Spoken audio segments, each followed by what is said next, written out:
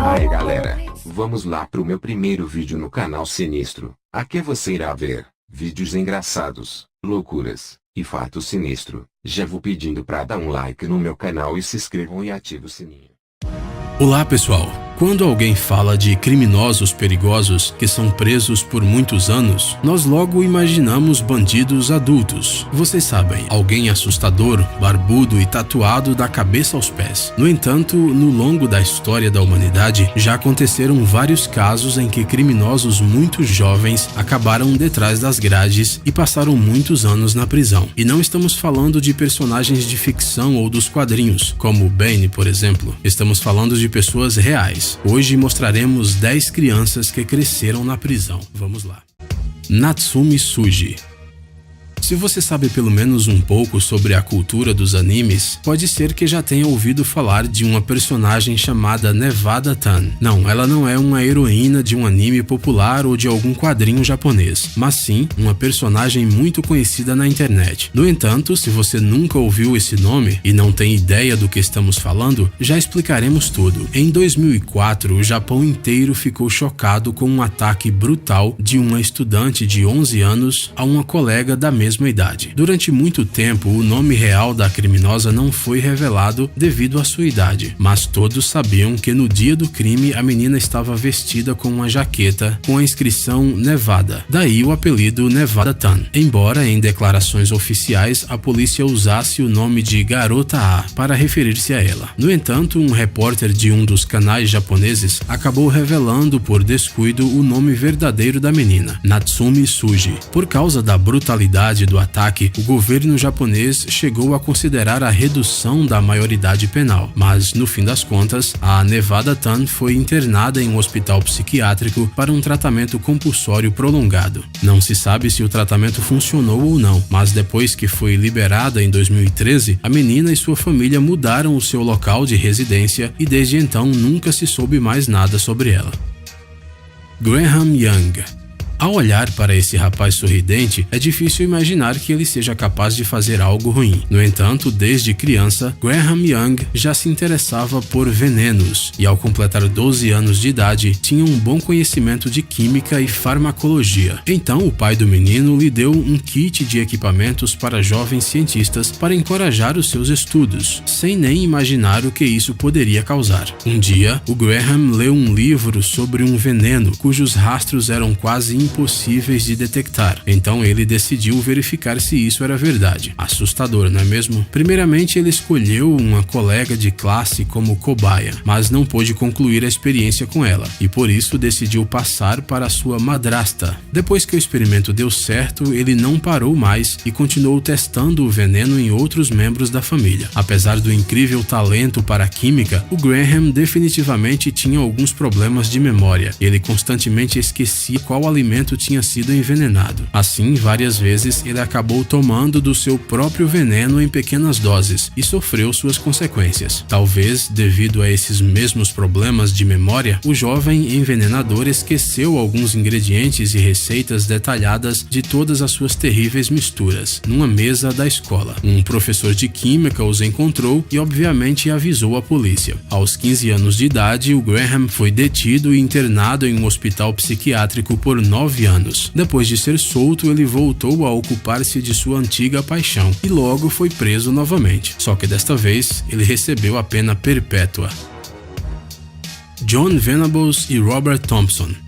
É difícil de imaginar, mas esses meninos foram parar atrás das grades quando tinham apenas 10 anos de idade. Ambos cresceram em famílias muito problemáticas e, portanto, já era de se esperar que eles cometessem um crime tão cedo. No entanto, os detalhes deste crime foram realmente chocantes, pois a vítima foi uma criança de 2 anos de idade. Não falaremos sobre os detalhes do que aconteceu porque são muito terríveis. Durante o julgamento, John e Robert não se mostraram arrependidos, mas apenas ficaram um pouco pouco assustados. Como o caso ocorreu no Reino Unido, os meninos receberam a pena máxima para sua idade, 10 anos de prisão para cada um. Mas em 2000, após 7 anos de prisão, o veredito foi revisado e no ano seguinte, os jovens criminosos foram soltos. Devido à fama do caso, eles receberam outros nomes e um novo local de residência. No entanto, em 2010, John Venables foi preso novamente por outra acusação, que aliás estava indiretamente relacionada com a primeira. Mas novamente preferimos não contar os detalhes desse crime.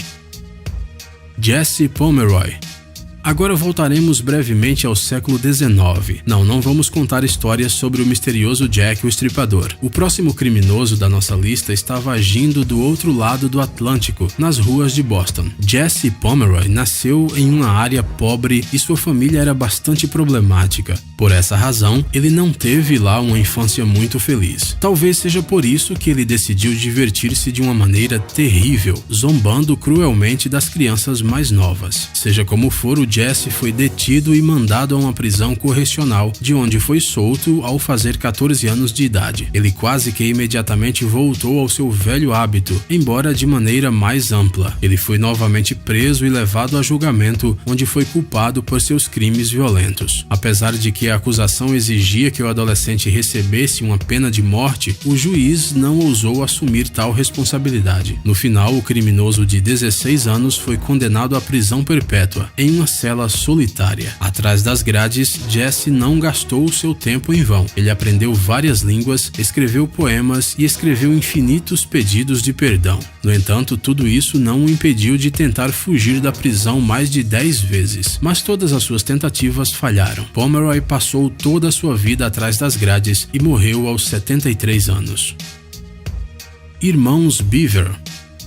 Em julho de 2015, Robert, de 18 anos, e Michael, de 16, não só cometeram o terrível assassinato de seus pais, irmãos e irmã de 5 anos, mas eles também orgulhosamente contaram o que fizeram à polícia e disseram que este era apenas o primeiro passo de uma série de assassinatos em série. Esses dois chegam a dar arrepios, mas eles parecem bastante normais. Para nós, continua sendo um mistério o que foi exatamente que os levou a cometer esse crime terrível. Ainda mais contra a sua própria família. Felizmente, nesse dia fatídico, pelo menos a irmã de 13 anos de Robert e Michael conseguiu sobreviver. Foi ela que chamou a polícia e que mais tarde esteve presente no julgamento dos dois. Os criminosos foram sentenciados a longas penas e, pelo que parece, não receberão uma soltura antecipada nos próximos anos.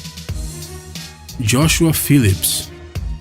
Os pais costumam dizer frases como "vai brincar ao ar livre" e "deixe de ficar tanto tempo no computador". Bom, nem sempre essas saídas ao ar livre podem terminar bem. Foi o que aconteceu com Joshua Phillips. Ele estava jogando beisebol com sua vizinha de 8 anos e, acidentalmente, segundo ele, bateu na cabeça dela com um taco. O acontecimento deixou Joshua tão assustado que ele, por algum motivo, decidiu não parar por ali. Quando a polícia e voluntários começaram a procurar pela menina desaparecida, o menino até se juntou a eles como um membro exemplar da comunidade. Ele só esqueceu de mencionar o que aconteceu. A busca não teve sucesso, apesar da grande recompensa oferecida em troca de qualquer informação sobre a menina. Talvez este caso ainda não tivesse sido resolvido se a mãe de Joshua não tivesse encontrado acidentalmente algumas evidências do crime no quarto do menino. Ela imediatamente reportou sua descoberta à polícia. O menino foi detido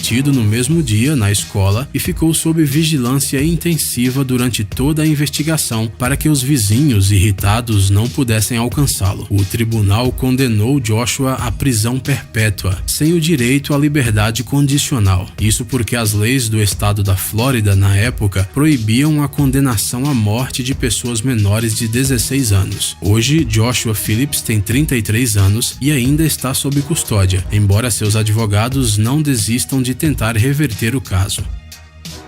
Christian Fernandes.